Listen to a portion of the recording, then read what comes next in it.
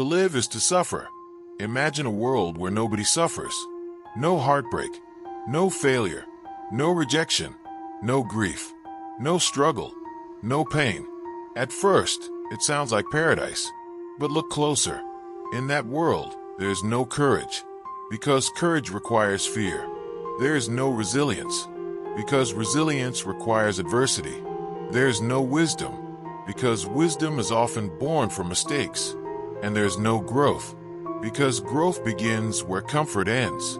The truth is uncomfortable. The very things we hate about life are often the things that shape us. Yet most people spend their entire lives trying to escape suffering.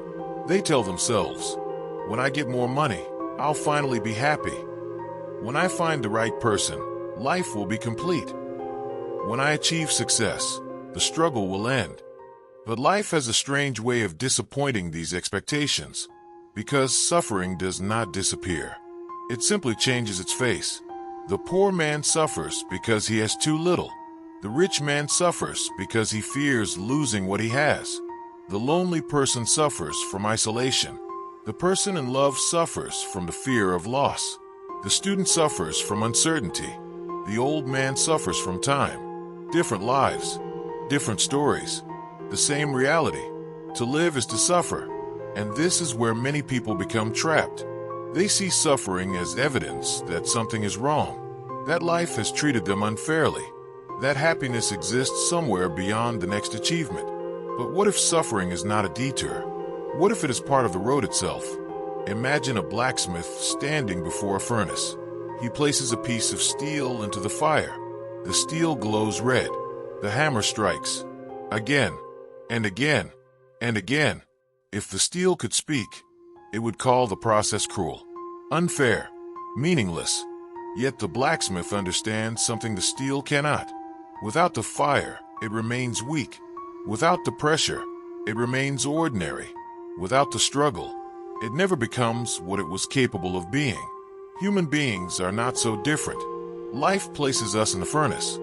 Failure, rejection, loss, heartbreak, disappointment, moments we would never choose for ourselves. And while we are living through them, they feel unbearable. We ask, why is this happening to me? But years later, many people look back and realize something strange. The moments that hurt them most often change them most. The heartbreak that taught them self-respect, the failure that forced them to grow, the loss that taught them gratitude, the struggle that revealed their strength. This does not mean suffering is good. Many people are broken by it. Many wounds never fully heal. And we should never romanticize pain. But suffering reveals something comfort never can. Character. When life is easy, anyone can appear strong. Anyone can appear patient. Anyone can appear wise. The real test comes when life stops cooperating. When plans collapse. When hope fades. When the future becomes uncertain. That is when masks fall away. That is when character is revealed. The philosopher Friedrich Nietzsche once wrote, "To live is to suffer. To survive is to find some meaning in the suffering." Perhaps that is the secret. Not avoiding suffering. Not defeating suffering. Finding meaning within it. Because suffering without meaning feels unbearable. But suffering with meaning becomes sacrifice. The parent sacrificing sleep for a child. The athlete sacrificing comfort for excellence. The dreamer sacrificing certainty for a vision. The burden remains, but meaning changes its weight. And maybe that is why suffering exists in every human life. Not to destroy us, but to ask a question. A question every person must answer. When suffering arrives, what will it make of you? Will it make you bitter or wiser? Will it make you smaller or stronger? Because the truth is that no one escapes suffering. Not the rich, not the poor, not the strong, not the weak. It waits for every human being. The only thing we control is our response. And perhaps the deepest truth of all is this. The same fire that melts wax forges steel.